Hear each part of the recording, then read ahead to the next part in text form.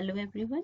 आज हम क्लास 6 के चैप्टर 6 पार नज़र के पढ़ेंगे। पार नज़र के ये जो चैप्टर है यह एक कहानी है, ठीक है। और इस कहानी के जो लेखक है, जो रचयिता है, उनका नाम है जयंत विष्णु नार्लिकर जी, ठीक है। और यह विज्ञान पर आधारित एक काल्पनिक कथा है। और ये जो कथा है ये मंगल ग्रह के निवासियों से संबंधित है, ठीक है। तो चलिए हम लोग इस चैप्टर को स्टार्ट करते हैं। वह एक सुरंगनुमा रास्ता था। आम आदमी के लिए इस रास्ते से होते हुए जाने की मनाही थी, लेकिन छोटू ने एक दिन अपने पापा का सिक्योरिटी पास लिया और जा पहुंचा सुरंग में। फिर क्या हुआ? ओके, देखिए, एक सुरंगनुमा रास्ता था। सुरंगनुमा रास्ता में सब जो आम आदमी हैं, ठीक है, जो कॉमन पीपल है, उनको जाने की मनाही थी। उसके अंदर कोई नहीं जा सकता था। लेकिन जो छोटू छोटू नाम का एक छोटा सा बच्चा रहता है, ठीक है, मार्स ग्रह में का एक छोटा सा बच्चा है निवासी, जिसका नाम छोटू है। और वो अपने पापा का सिक्योरिटी पास हथिया करके उस सुरंग में जाना चाह रहा था। जबकि ये छोटू जो है, उन लोग को मनाही थी कि उन लोग सुरंग के अंदर नहीं जा सकते हैं, ठीक है। पर जो बच्चे लोग रहते हैं वो इच्छुक रहते हैं कि जिस चीज को मना किया जाए वही काम को उन लोग करते हैं, ठीक है। ये सारे बच्चों में होता है।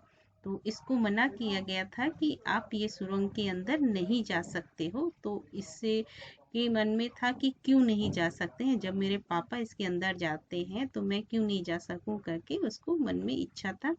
इसीलिए अपने पापा का सिक्योरिटी पास को यह चोरी करके उसके अंदर जाने का कोशिश करता है, ठीक है ना। छोटू कितनी बार कहता है, छोटू कितनी बार कहा है तुमसे कि उस तरफ मत जाया करो। फिर पापा क्यों जाते हैं उस तरफ रोज रोज? पापा को काम पर जाना होता है। रोजाना यही वार्तालाप हुआ करता था छोटू की माँ और छोटू के बीच। जो ये वार्तालाप है छोटू और छोटू की माँ के बीच में। वार्तालाप मतलब बातचीत। जैसे छोटू कितनी बार कहा है तुमसे कि उस तरफ मत जाया करो, ये उसकी माँ बोलती थी कि उस तरफ तुम कितनी बार बोली हूँ कि उधर पे मत जाया करो, फिर भी उधर क्यों जाते हो करके उसकी मम्मी बोली, उसकी माँ बोली। तो छोटू बोलता है फिर पापा क्यों जाते हैं उस तरफ रोज रोज? ठीक है, तो उसकी मम्मी बोलती हैं कि पापा को काम पर जाना होता है। ठीक है, ये उसकी मम्मी बोलती है कि तुम्हारे पापा को काम पर जाना होता है, इसलिए वह उस रास्ते से जाते हैं। ये वार्तालाप डेली होती थी। ये बात छोटू और छोटू की माँ के बीच में डेली ये बातें होती थी, ठीक है। उस तरफ एक सुरंगनुमा रास्ता था और छोटू के पापा उसी सुरंग से होते हुए काम पर जाया करते थे। आम आदमी के लिए उस रास्ते से जाने की मनाही थी। चंद चुनिंदा लोग ही इस सुरंगनुमा रास्ते का इस्तेमाल कर सकते थे और छोटू के पापा उन्हीं चुनिंदा लोगों में से एक थे, ठीक है। जो छोटू के पापा थे, वो उस सुरंग से होते हुए अपने काम पे जाते थे। और उस सुरंग के अंदर कुछ ही चुनिंदा लोग, कुछ ही सेलेक्टिव पर्सन है जो उनसे क्रॉस करते थे, ठीक है। और बाकी जो आम आम आदमी है उन लोग को उसके अंदर जाने की मनाही थी। और जो चुनिंदा लोग थे, कुछ सेलेक्टिव पर्सन के में छोटू के पापा भी आते थे। आज छुट्टी थी और छोटू के पापा घर ही पर आराम फरमा रहे थे। नजर बचाकर चोरी छिपे छोटू ने पापा का सिक्योरिटी पास हथिया ही लिया और चल दिया सुरंग की तरफ। उस दिन छुट्टी थी, ठीक है, आज के दिन क्या थी, छुट्टी थी और छोटू के पापा घर पे थे। जैसे छुट्टी रहती है पापा लोग के तो पापा लोग क्या करते, आराम करते हैं, है ना। तो छोटू के पापा की भी उस दिन छुट्टी थी और वो घर में आराम कर रहे थे। और छोटू उनसे नजर बचाते हुए उनका जो सिक्योरिटी पास है उसे चोरी छिपे वह हथिया लेता है, ठीक है, और चल देता है सुरंग की तरफ। वैसे तो उनकी पूरी कॉलोनी ही जमीन के नीचे बसी थी। यह तो सुरंगनुमा रास्ता था। अंदर अंदर दिए जल रहे थे और प्रवेश करने से पहले एक बंद दरवाजा का सामना करना पड़ा था।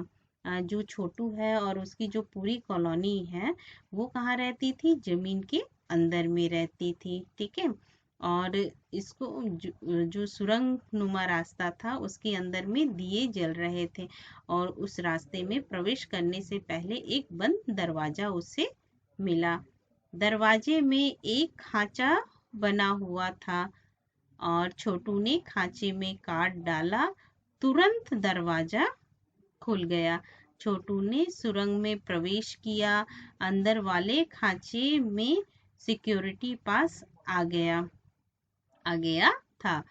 उसे उठा लिया। कार्ड उठाते ही दरवाजा बंद हुआ, ठीक है। छोटू ने चारों तरफ नजर दौड़ाई। सुरंगनुमा वह रास्ता ऊपर की तरफ जाता था, यानी जमीन के ऊपर का सफर कर कर आने का मौका मिल गया था। ऊपर का सफर कर आने का मौका मिल गया था, ठीक है। वो जो सुरंग थी वह सुरंग कहाँ खुलती थी, जमीन के ऊपर में। तो छोटू बोलता है आज मुझे मौका मिल गया जमीन पर जाने का, ठीक है। और जो दरवाजा था बंद दरवाजा, वहां पे उस सिक्योरिटी पास को उसने डाला। जैसे ही डाला दरवाजा खुल गया, ठीक है।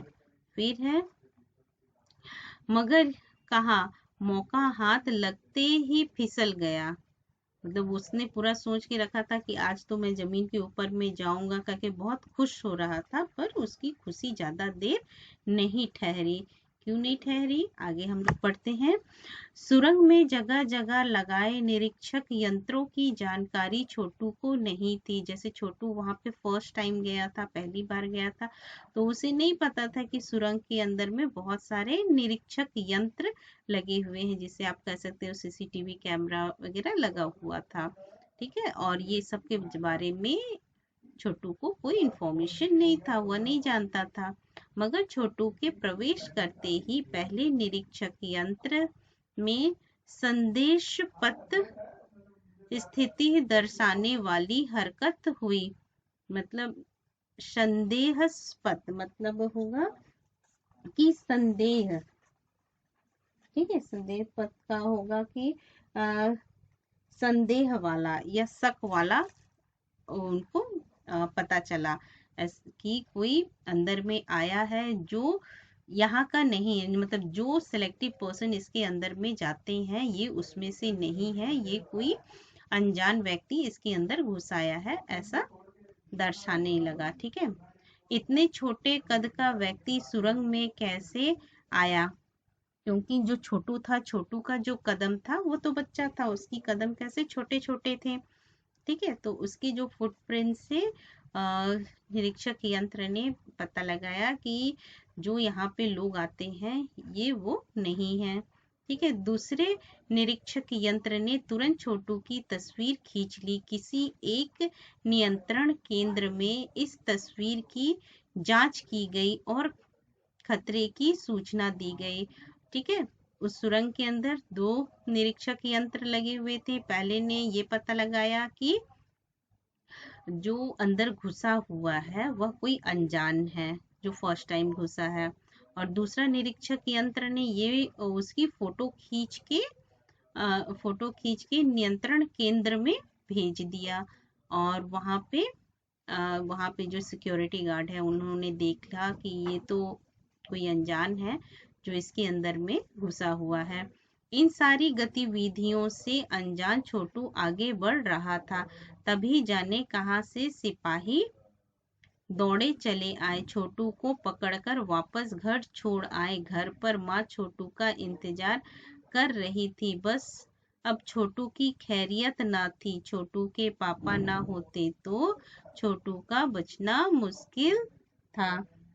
देखिए जो छोटू के पापा वहाँ काम करते थे, तो वहाँ पे जो सैनिक है वो उन लोग को, जो सिपाही थे वो छोटू के पापा को पहचाने थे और उनके पापा घर में ही थे, इसलिए छोटू बच गया। अदरवाइज उसको पुलिस केस भी हो सकता था, उसको पुलिस पकड़ के भी ले जा सकती थी, या उसकी मम्मी के पास कंप्लेन जाता तो उनकी मम्मी अच्छे से पीट भी देती, कुछ भी हो सकता था। पर उसके पापा थे तो उनके पापा उसको बचा लिए और उनके पापा बोलते हैं, छोड़ो भी, मैं इसे समझा दूंगा सब, फिर वह ऐसी गलती कभी ना करेगा। पापा ने छोटू को बचा लिया। ठीक है, ऐसा बोल के छोटू के पापा ने छोटू को बचा लिया कि छोड़ो भी, बच्चा ही है, मैं इसको समझा दूंगा, अब ऐसी गलती वो कभी नहीं करेगा। ठीक है। बोले छोटू, मैं जहाँ काम करता हूँ ना, वह क्षेत्र जमीन से ऊपर है, आम आदमी वहाँ नहीं जा सकता, क्योंकि वहाँ के माहौल में जी ही नहीं सकता। तो छोटू के पापा जो है छोटू को समझाते हुए बोलते हैं कि बेटा, मैं जहाँ काम करता हूँ वो जमीन के ऊपर में है, वहाँ पे कोई आम आदमी नहीं जा सकता, और वहाँ का माहौल में अगर पहुंच भी गया तो वहाँ के माहौल में वो जी भी नहीं सकता, वो मर जाएगा।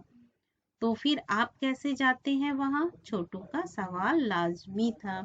जो छोटू था वो पूछता है कि अ, कोई नहीं जा सकता, अगर कोई चला गया तो मर जाएगा, तो फिर आप कैसे जाते हो, आप कैसे जा पाते हो वहां पे, करके छोटू ने पूछा। सवाल लाजमी था। लाजमी का मतलब होगा कि आवश्यक या जरूरी था ये।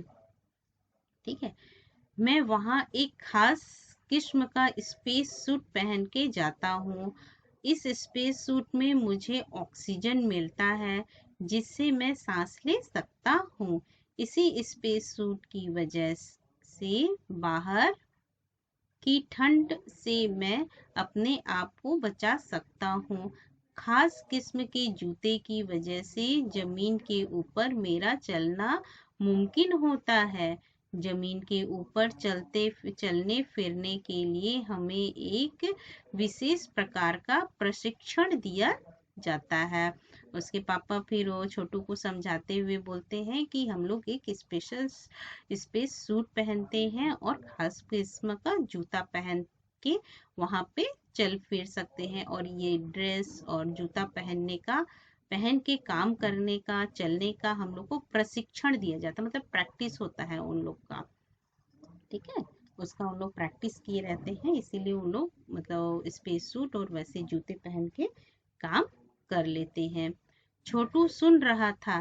पापा आगे आगे बताने लगे, एक समय था जब अपने मंगल ग्रह पर सभी लोग जमीन के ऊपर ही रहते थे, बगैर किसी तरह के यंत्रों के मदद के, बगैर किसी खास किस्म की पोशाक के। हमारे पुरखे जमीन के ऊपर रहा करते थे, लेकिन धीरे धीरे वातावरण में परिवर्तन आने लगा। कई तरह के जीव धरती पर रहा करते थे, एक के बाद एक सब मरने लगे। इस परिवर्तन की जड़ में था सूरज में हुआ परिवर्तन। सूरज से हमें रोशनी मिलती है, उष्णता मिलती है, इन्हीं तत्वों से जीवों का पोषण होता है। सूरज में परिवर्तन होते ही यहाँ का प्राकृतिक संतुलन बिगड़ गया। प्रकृति के बदलते हुए रूप का सामना करने में यहाँ के पशु पक्षी, पेड़ पौधे, अन्य जीव अक्षम साबित हुए। केवल हमारे पूर्वज ने इस स्थिति का सामना किया। छोटू के पापा फिर बोलते हैं कि एक समय था जब हम लोग भी जमीन के ऊपर में रहते थे, बिना किसी यंत्रों की सहायता के हम लोग भी बेखौफ वहां पे जीते थे। बहुत पेड़ पौधे थे, पशु पक्षी थे, सब थे। पर इन्वायरमेंटल चेंजेस आए, वातावरण में चेंज हुआ, और ये सारी चेंजेस जो है वो क्यों आए? क्योंकि सूरज में चेंज हुआ, परिवर्तन आया। सूरज से हमें क्या मिलता है? सन से हमें हीट एंड लाइट मिलता है, ठीक है ना? देखिए, रोशनी मतलब लाइट, ये इसका मतलब क्या होगा? हीट, ठीक है? तो हीट और लाइट मिलता है, और इसमें चेंजेस आई सूरज में, और इस परिवर्तन के कारण जो पेड़ पौधे थे और पशु पक्षी थे और अन्य जीव थे, वो सारे खत्म हो गए, मर गए, ठीक है? और क्योंकि उसमें जो चेंजेस हुआ था उसको सहन करने की क्षमता में क्षमता ना थी, ठीक है? अक्षम मतलब क्षमता ना होना, जिसमें क्षमता ना हो उसे अक्षम कहेंगे, ठीक है? और जो उनके पूर्वज थे, केवल वही इस स्थिति का सामना कर पाए थे और वही जिंदा थे। अपने तकनीकी ज्ञान के आधार पर हमने जमीन के ऊपर अपना घर बना, जमीन के नीचे अपना घर बना लिया। जमीन के ऊपर लगे विभिन्न यंत्रों के सहारे हम सूर्य शक्ति, सूरज की रोशनी और गर्मी का इस्तेमाल करते आ रहे हैं। इन्हीं यंत्रों के सहारे हम यहाँ जमीन के नीचे जी रहे हैं। यंत्र सुचारू रूप में चलते हैं, इसके लिए बड़ी ही सतर्कता बरतनी पड़ती है। मुझे मुझ जैसे कुछ चुनिंदा लोग इसी यंत्रों का ध्यान रखते हैं। उनके पापा बोलते हैं कि उस समय साइंस और टेक्नोलॉजी काफ़ी डेवलप हो गया था, और इसी तकनीक के कारण जो हमारे पूर्वज हैं वो ज़मीन के अंदर में ये कॉलोनी बनाए, ये घर बनाए, और जो सूरज की रोशनी है, सूरज की शक्ति है, उसकी गर्मी है, उसका इस्तेमाल हम लोग आज कर रहे हैं। और धरती पर कुछ यंत्र लगाए हैं, जिस वजह से हम लोग अंदर में, जमीन के अंदर में अच्छा कंफर्टेबली हम लोग जी रहे हैं। और जो यंत्र लगे हैं धरती पे, वो ठीक तरीके से काम कर रहे हैं कि नहीं कर रहे हैं, इसी का चेकिंग वगैरह हम लोग करते हैं, है, यही हमारी ड्यूटी है। तो मैं और मेरे जैसे कुछ चुनिंदा लोग हैं जो इस यंत्र का काम कैसे चल रहा है, सुचारू रूप से चल रहा है कि नहीं, उसका ध्यान रखते हैं। तो छोटू बोलता है कि आ, बड़ा हो जाऊंगा तो मैं भी यही काम करूंगा। छोटू ने अपनी मनसा जाहिर की, ठीक है? जो छोटू था वो भी अपना इच्छा जाहिर करता है कि मैं जब बड़ा होऊंगा तो मैं भी आपकी तरह ये काम करूंगा। बिल्कुल, मगर इसके लिए खूब पढ़ना होगा, माँ और पापा की बात सुननी होगी। माँ ने कहा। ये सारी छोटू की बात सुन करके छोटू की माँ बोलती है, बिल्कुल बेटा, तू जरूर बनना, अपने पापा की तरह काम करना, पर इसके लिए तुझे बहुत सारी पढ़ाई करनी पड़ेगी और अपनी मम्मी पापा का बात सुनना पड़ेगा। दूसरे दिन छोटू के पापा काम पर चले गए। देखा तो कंट्रोल रूम का वातावरण बदला बदला सा था। शिफ्ट खत्म कर घर जा रहे शिफ्ट के प्रमुख ने टीवी की स्क्रीन की तरफ इशारा किया। स्क्रीन पर एक बिंदु झलक रहा था। वह बताने लगा, यह कोई आसमान का तारा नहीं है, क्योंकि कंप्यूटर में पता चल रहा है कि यह अपनी जगह अड़िग नहीं रहा है। पिछले कुछ घंटों के दौरान इसने अपनी जगह बदली है। कंप्यूटर के अनुसार यह हमारी धरती की तरफ बढ़ता चला आ रहा है, ठीक है? जो दूसरे दिन छोटू के पापा जब अपने काम में जाते हैं, शिफ्ट वाइज ड्यूटी होती है, तो जब छोटू के पापा की शिफ्ट हुई, जब वो अपने काम में गए, तो उनसे पहले जो काम कर रहे थे वो बताते हैं कि कंट्रोल रूम का बताते हैं कि जो उनका प्लैनेट है उसके पास में कोई चीज, कोई यंत्र आ रहा है, और ये सारी चीजें टीवी के स्क्रीन पे दिखाई दे रहा है। यह कोई तारा नहीं है, क्योंकि यह तारा रहता तो एक जगह रहता, पर ये एक जगह अड़िग नहीं है। ठीक है, तो वो बोलते हैं कि कुछ हलचल हो रही है, कोई चीज है जो हमारे अ, ग्रह के पास में आ रहा है। अंतरिक्ष यान तो नहीं है। छोटू के पापा ने अपना संदेह प्रकट किया। छोटू के पापा ने बोला कि शायद वह कोई अंतरिक्ष यान हो सकता है। तो संदेह हमें भी है। आप अब इस पर बराबर ध्यान रखिए। जो उनसे पहले जो शिफ्ट में थे, जो प्रमुख थे, वो बोलते हैं कि हम लोग को भी संदेह हो रहा है कि यह कोई अंतरिक्ष यान है। ठीक है, तो आप इस पे बराबर ध्यान रखिए कि ये कहाँ से आ रहा है, कुछ नुकसान तो नहीं करेगा, कैसा कैसा इसकी गतिविधि हो रही है, उस पे आप ध्यान दीजिए। छोटू के पापा सोच में डूब गए कि क्या है, आखिर ये क्या चीज है जो आ रही है। क्या सचमुच अंतरिक्ष यान होगा? यहाँ से कहाँ से आ रहा होगा? और मंडल में हमारी धरती के अलावा और कौन से ग्रह पर जीवों का अस्तित्व होगा? कैसे हो सकता है? अगर होगा भी तो क्या इतनी प्रगति कर चुका होगा कि अंतरिक्ष यान छोड़ सके? उसके पापा सोच ही रहे थे कि कहीं अंतरिक्ष यान तो नहीं। अगर ये अंतरिक्ष यान हुआ तो ये जो सौरमंडल है, मतलब जो सोलार सिस्टम है, उसमें हमारी धरती मतलब मंगल ग्रह को छोड़ करके और कोई ऐसा ग्रह है, ऐसा कोई प्लैनेट है जहाँ पे लाइफ एग्जिस्ट करता है, लाइफ का अस्तित्व है। अगर किसी दूसरे प्लैनेट में लाइफ है, तो इतना प्रगति कर लिया कि वो लोग अंतरिक्ष यान छोड़ सके। ये सारी बातें छोटू के पापा सोच रहे थे।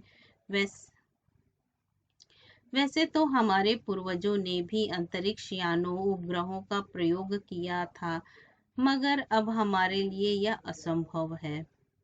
उसके पापा बोलते हैं कि हमारे जो पूर्वज हैं उन लोग भी कई अंतरिक्ष यान उपग्रह का प्रयोग किए हैं, छोड़े हैं, पर अब हम लोग ये सारी चीजें अब हम लोग नहीं कर सकते। ये सारी चीजें हमारे लिए असंभव है। ठीक है, उसके लिए आवश्यक मात्रा में ऊर्जा तो हो। काश इस नए मेहमान को नजदीक से देखा जा सकता। हाँ, मगर वह इसी तरफ आ रहा होगा, तब तो यह संभव हो सकेगा। देखें, उसके पापा बोलते हैं कि ये जो अंतरिक्ष यान या जो भी चीज आ रही है हमारे तरफ, काश उसे पास से हम लोग देख सकें। फिर बोलते हैं हाँ, पास में आ रही है, यह जरूर संभव हो सकेगा कि हम लोग उसे देख सकें। ओके, नाउ अब अंतरिक्ष यान से एक यांत्रिक हाथ बाहर निकला।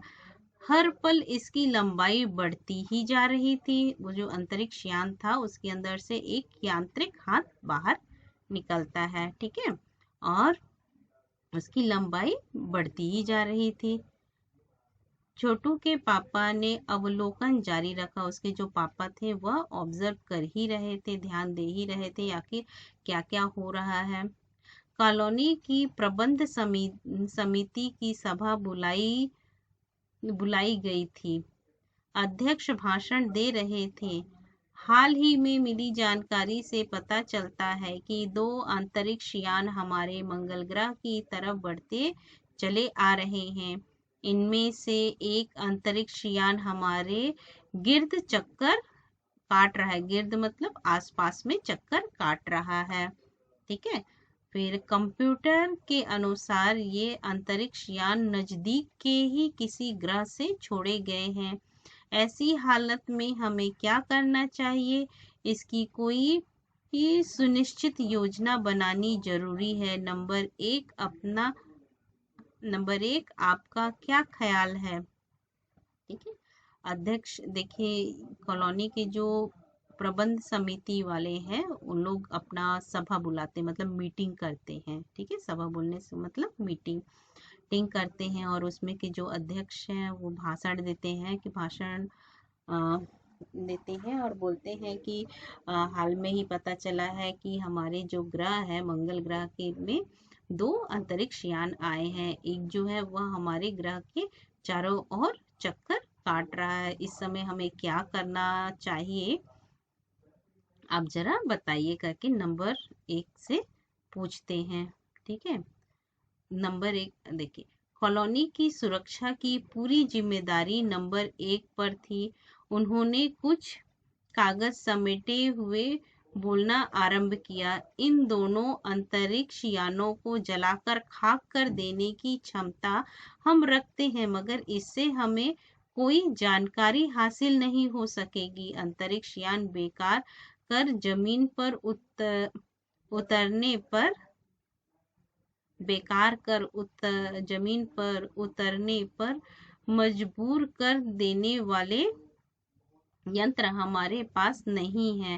हालांकि अगर ये अंतरिक्ष यान खुद ब खुद जमीन पर उतरते हैं तो इन्हें बेकार कर देने की क्षमता हमें अवश्य है।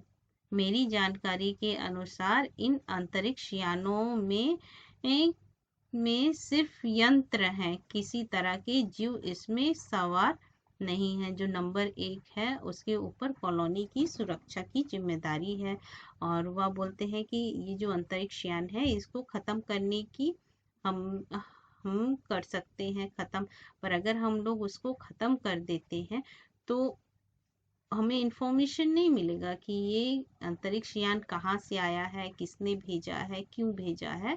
ठीक है, और बोलते हैं कि ये जो अंतरिक्ष यान जो उड़ रहा है इसको हमारे जमीन में रखने हम लोग ऐसा नहीं कर सकते हैं। हमारे पास इतनी जो साइंस टेक्नोलॉजी है वो इतना डेवलप नहीं हुआ कि उसको जबरदस्ती हम लोग धरती पे लैंड करा सके। अगर वह खुद ब खुद लैंड हो रहा है तो हम लोग उसको बेकार कर सकते हैं।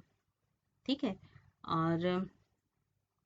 और वो बोलते हैं कि इस यंत्र के अंदर सिर्फ जो अंतरिक्ष यान आया है उसके अंदर सिर्फ यंत्र ही होगा, मशीन वगैरह ही होगा। इसके अंदर में कोई लिविंग थिंग या जीव इसके अंदर में सवार नहीं होगा।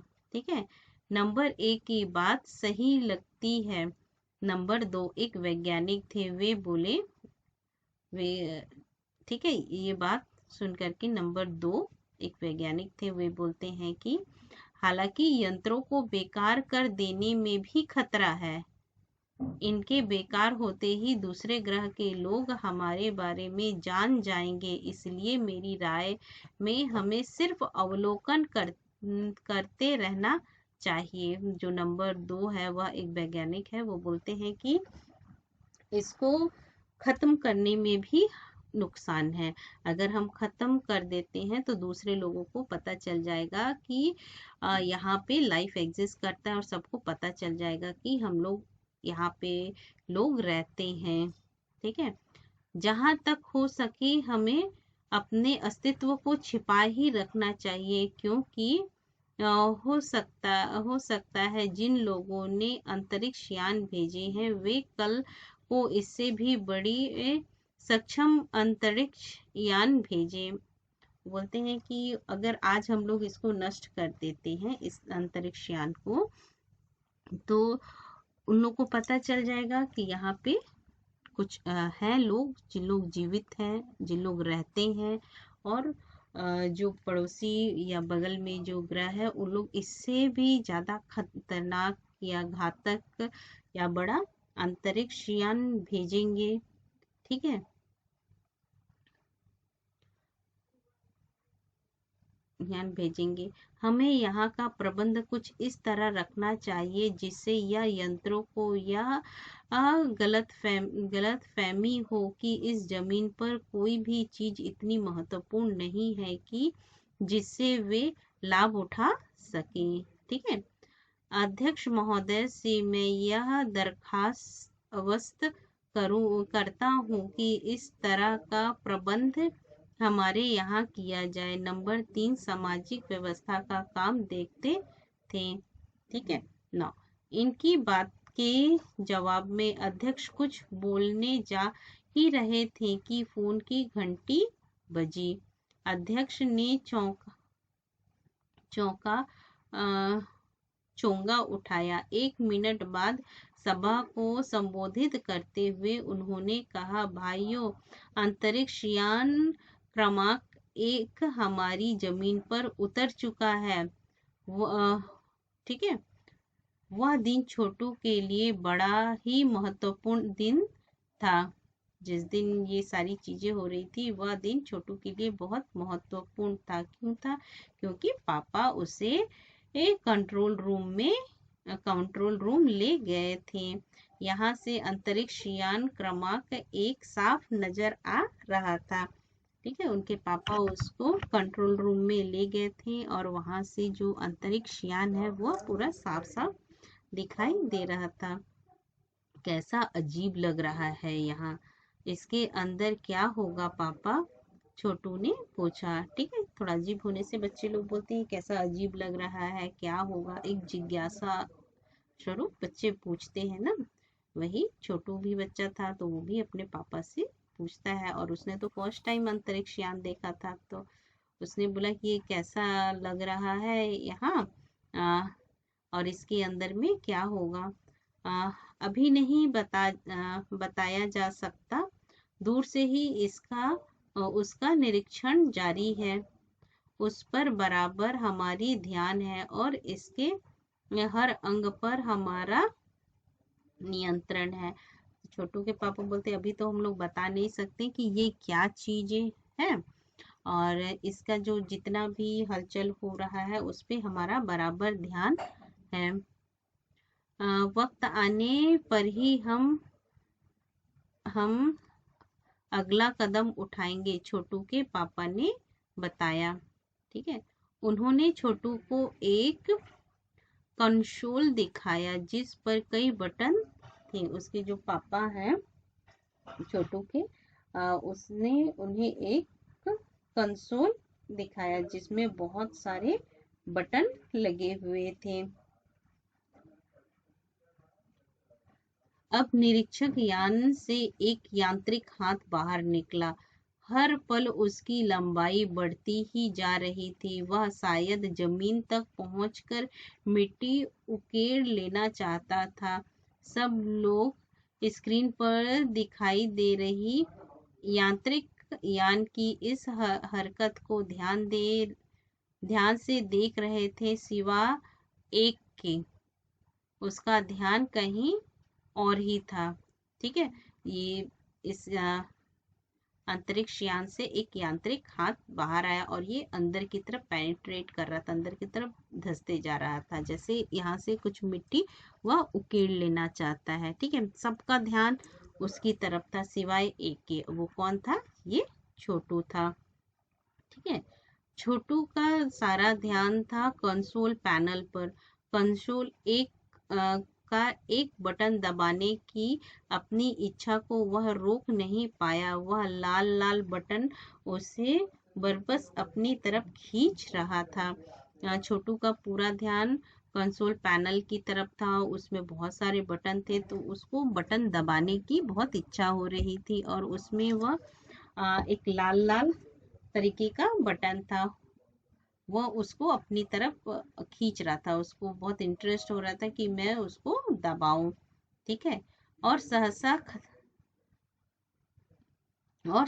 खतरे की घंटी बजी। सबकी निगाहें कंसोल की तरफ मुड़ी। पापा ने छोटू को अपनी तरफ खींचते हुए एक झापड़ रसीद कर दिया और लाल बटन को पुनः स्थिति में ला रखा।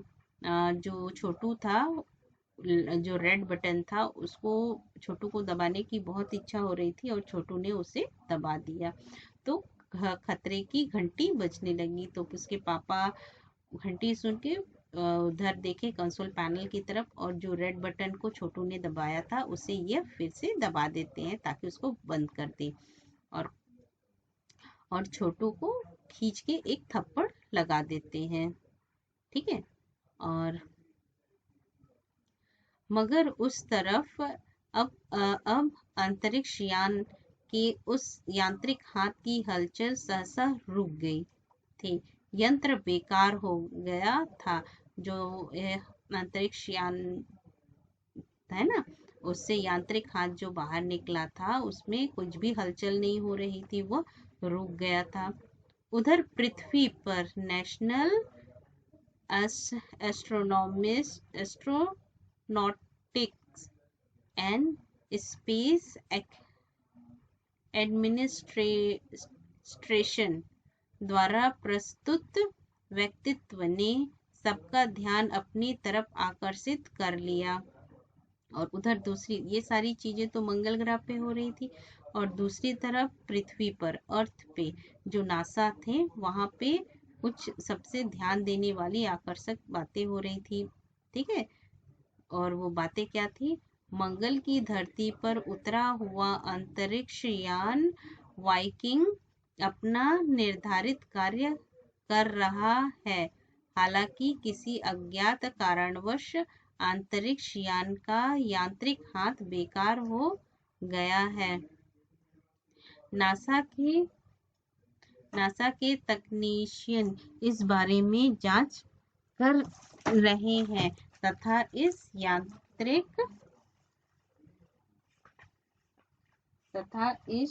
यांत्रिक हाथ को दुरुस्त करने के प्रयास भी जारी हैं। ठीक है। ये सारी बातें जो नासा है वहां पे हो रही थी। इसके कुछ ही दिनों बाद पृथ्वी के सभी प्रमुख अखबारों में छपा। ठीक है। कुछ दिनों के बाद यहाँ के अखबारों में छपता है कि नासा के तकनीशियनों को रिमोट कंट्रोल के सहारे वाइकिंग के दुरुस्त करने में सफलता मिली है। यांत्रिक हाथ से अब मंगल की मिट्टी के विभिन्न नमूने इकट्ठे करने का काम आरंभ कर दिया है। ठीक है। ये न्यूज़ है अखबार में, ये खबर छपी। ठीक है। फिर पृथ्वी के वैज्ञानिक मंगल की इस मिट्टी का अध्ययन करने के लिए बड़े उत्सुक थे। उन्हें उम्मीद थी कि इस मिट्टी के अध्ययन से इस बात का पता लगाया जा सकेगा कि क्या मंगल ग्रह पर भी पृथ्वी की ही तरह जीव सृष्टि का अस्तित्व है। यह प्रश्न आज भी एक रहस्य है। ठीक है। जो यांत्रिक हाथ वहां गया था, उस यांत्रिक हाथ ने क्या किया? पहले तो काम करना बंद कर दिया था। फिर जो नासा के तकनीशियन थे उन्होंने रिमोट कंट्रोल की सहायता से वाइकिंग में उसको ठीक कर दिया। ठीक है। तो जो यांत्रिक हाथ में हलचल नहीं हो रही थी उसमें फिर हलचल होने लगी, और वहां का वह मिट्टी लेके आया, और उस मिट्टी का पृथ्वीवासियों ने अध्ययन किया। और पृथ्वीवासी यह जानना चाहते थे कि जो मंगल ग्रह है क्या वहां पे भी जीवन संभव है, वहां पे भी लोग जीवित रह सकते हैं, वहां पे भी लाइफ एग्जिस्ट कर सकती है कि नहीं, यह पता लगाने के लिए वह मिट्टी इन लोग लेकर के आए। और यह आज भी एक प्रश्न है कि मंगल ग्रह पे जीवन संभव है या नहीं। ठीक है। इन दिस वे ये जो चैप्टर है वो आप लोगों का फिनिश हुआ। Okay. Now thank you very much for watching.